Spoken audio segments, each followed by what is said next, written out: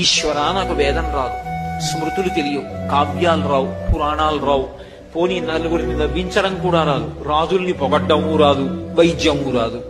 కాబట్టి నన్ను ఏమంటారు? పశువు అంటారు. ఈశ్వర నాకు చాలు, నేను పశువుని, నువ్వు పశుపతివి, మన ఇద్దరికి చాలదాయి అనుబంధం, నన్ను ఇరుకు. శంకర భగవత్పాదులంతటి వారు పశుమాం సర్వజ్ఞ ప్రజజ కృపయా పాలయ విభో అంటే, నేను 4 పుస్తకాలు చదివి నా అంత మనగాళ్ళు లేడండి అని ఎలా మాట్లాడతాను? నేను చదవడం మొదలు పెట్టానని గుర్తేమిటంటే, నాకు తెలియనివి చాలా ఉన్నాయని తెలుసుకోవడమే చదువులలోకెల్లా గొప్ప చదువు. చదువులలోని మర్మమెల్ల చదివితి తండ్రి అంటాడు ప్రహ్లాదుడు. అందుకని వినయం వచ్చింది.